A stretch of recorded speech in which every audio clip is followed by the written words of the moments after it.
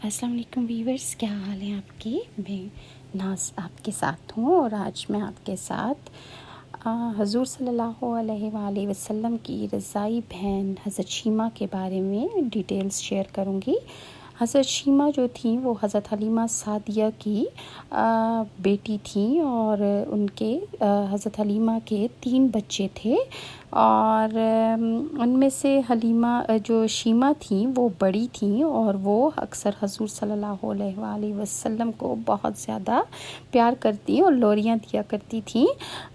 حضرت شیمہ کہتی ہیں کہ جب ہم حضور صلی اللہ علیہ وآلہ وسلم کو مکہ سے ان کی والدہ سے لے کر روانہ ہوئے تو 3 دن ہم نے مکہ میں قیام کیا، اور جب ہم حضور صلی اللہ علیہ وآلہ وسلم کی سواری کعبہ کے سامنے گئی تو اس وقت ان کی اونٹنی نے کعبہ کو 3 سجدے کیے، اور اس کے بعد ان کا سفر جو تھا وہ چل پڑا۔ اور راستے میں چونکہ ان کی اونٹنی بہت زیادہ بیمار تھی، لیکن حضور صلی اللہ علیہ وآلہ وسلم کی برکت سے وہ اونٹنی جو تھی وہ بہت تیز چل پڑی۔ اسی طرح مسلمانوں کی جنگ جو تھی وہ قبیلہ حوازن سے ہوئی، اور غزوہ حنین کے موقع پر بہت سی لوگ جو تھے وہ مسلمانوں کی قید میں آ گئے، اور اس قید کے دوران ایک بوڑھی عورت بھی تھی جو کہ قیدی بنا کر مسلمانوں کے لشکر میں آ گئی۔ تو جب وہ قیدی ہوئیں تو انہوں نے فرمایا کہ میں تمہارے نبی صلی اللہ علیہ وآلہ وسلم کی بہن ہوں۔ یہ بات سن کر سب لوگ حیران پریشان ہو گئے کہ حضور صلی اللہ علیہ وآلہ وسلم تو صرف ایک ہی تھے، حضرت عبداللہ کی صرف ایک ہی اولاد تھی، تو یہ کیسے کہہ رہی ہیں کہ میں ان کی بہن ہوں؟ اور پھر ان کے کہنے پر حضور صلی اللہ علیہ وآلہ وسلم کو یہ خبر پہنچائی گئی، تو آپ صلی اللہ علیہ وآلہ وسلم نے فرمایا کہ مجھے ان سے ملاقات کرنی ہے، اور آپ نے ان سے ملاقات کی اجازت دے دی۔ حضور صلی اللہ علیہ وسلم کے 4 رضائی بہن بھائی تھے، 3 رضائی بہن بھائی تھے، عبداللہ بن الحارث، انیسہ بنت الحارث، حذافہ بنت الحارث اور شیمہ بنت الحارث۔ حذافہ جو تھا وہ شیمہ کا نام ہے، بعض تاریخ دان یہ لکھتے ہیں اور بعض لکھتے ہیں کہ ان کا نام صرف شیمہ بنت الحارث تھا۔ اور پھر حضور صلی اللہ علیہ وآلہ وسلم سے یہ ملاقات کرنے کے لیے ان کے پاس تشریف لے گئیں۔ بعض مورخین کہتے ہیں کہ وادی اوتاس کے پہاڑوں میں چھپے تیر انداز مجاہدین کے تازہ حمل و کتاب نہ لا کر بھاگ کھڑے ہوئے مشرک قبائل کے مشترکہ فوج کا سپہ سالار اعظم مالک بن عوف اپنے قریبی رفقا یا ساتھیوں کے ساتھ میدان جنگ سے بھاگ نکلا اور طائف میں قلعہ بند ہو گیا، جبکہ وادی میں لگائے گئے مشرکین کے خیموں میں ان کی عورتیں، بچے اور مال مویشی موجود تھے۔ اللہ کے رسول صلی اللہ علیہ وآلہ وسلم کا حکم تھا کہ انہیں کوئی نقصان نہ پہنچایا جائے، بلکہ مالک بن عوف لڑائیوں کے دوران عورتوں اور بچوں کے ساتھ مسلمانوں کے حسن سلوک سے اچھی طرح واقف تھا، چنانچہ اس نے جنگی حکمت عملی یہ تھی کہ انہیں ڈھال بنایا، اس نے عورتوں اور بچوں کو اور مکہ تک پہنچا،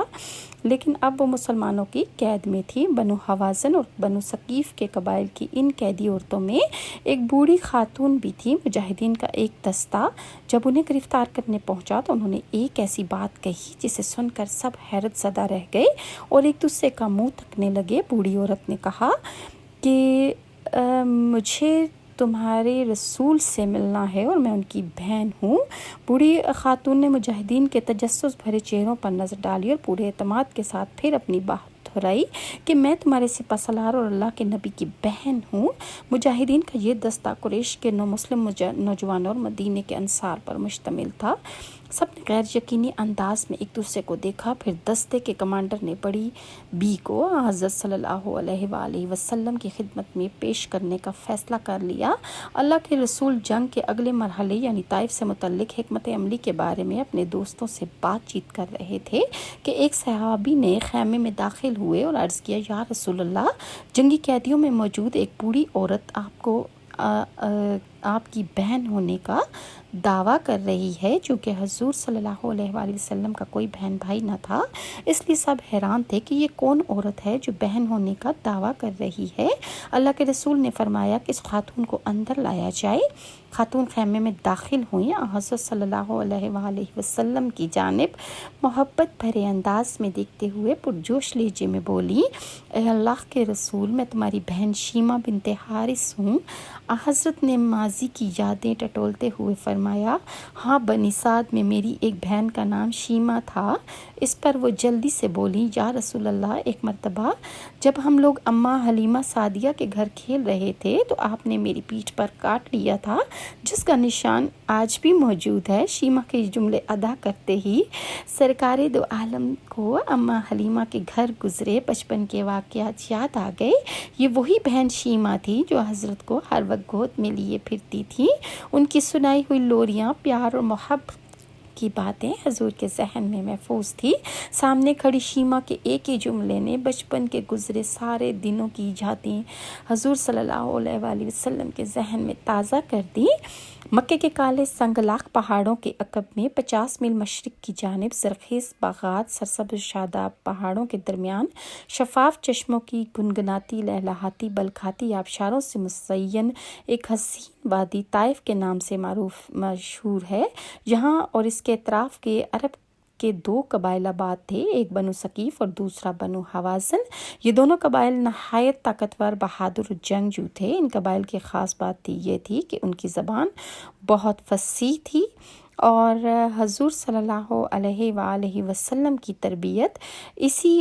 قبیلہ جو تھی اس میں ہوئی تھی، اور اس لیے آپ کی زبان جو تھی وہ بہت زیادہ فصیح تھی۔ حضرت صلی اللہ علیہ وآلہ وسلم نے اپنی رضاعت کے 5 سال بنی سعد میں اماں حلیمہ کے ساتھ گزارے، اور رسول اللہ سے شیمہ جو تھیں وہ 7 یا 8 سال بڑی تھیں، اس لیے وہ حضور صلی اللہ علیہ وآلہ وسلم سے بہت محبت کرتی تھیں اور انہیں بڑی بہن کی طرح لوریاں دیا کرتی تھیں۔ اور شیمہ کے والد کا نام حارث تھا اور اماں حلیمہ کے صاحبزادے حضرت صلی اللہ علیہ وآلہ وسلم سے چند بڑے تھے جن کا نام عبداللہ تھا۔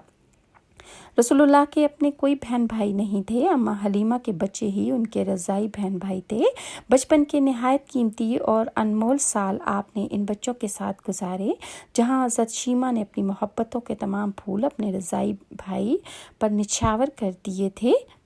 حضرت شیمہ کہتی ہیں کہ ایک دوپہر ہم بچے گھر سے ذرا دور وادی میں کھیل رہے تھے کہ اچانک 2 نورانی صورت اور لمبی داڑھیوں والے لوگ آئے جو سفید لباس سے تن کیے ہوئے تھے۔ انہوں نے میرے بھائی محمد صلی اللہ علیہ وآلہ وسلم کو پکڑ کر زمین پر لٹایا اور سینے پر چھری پھیر دی۔ یہ ہولناک منظر دیکھ کر ہم سب بچے چیختے چلاتے گھر کی طرف بھاگے اور اماں ابا کو بتایا کہ کسی نے ہمارے بھائی محمد کو نعوذ باللہ قتل کر دیا ہے۔ وہ دوڑتے ہوئے اس جگہ پہنچے تو دیکھا کہ آپ صلی اللہ علیہ وآلہ وسلم بالکل ٹھیک حالت میں بیٹھے ہوئے تھے اور آپ کے چہرے مبارک کا رنگ اڑا ہوا تھا۔ اس طرح ایک دن 2 یہودی راہب ہمارے گھر آئے اور ہمارے بھائی محمد کے بارے میں پوچھ گچھ کرنے لگے، تو میری ماں حلیمہ نے کہا کہ یہ میرا بیٹا ہے اور حارث اس کے باپ ہیں۔ اور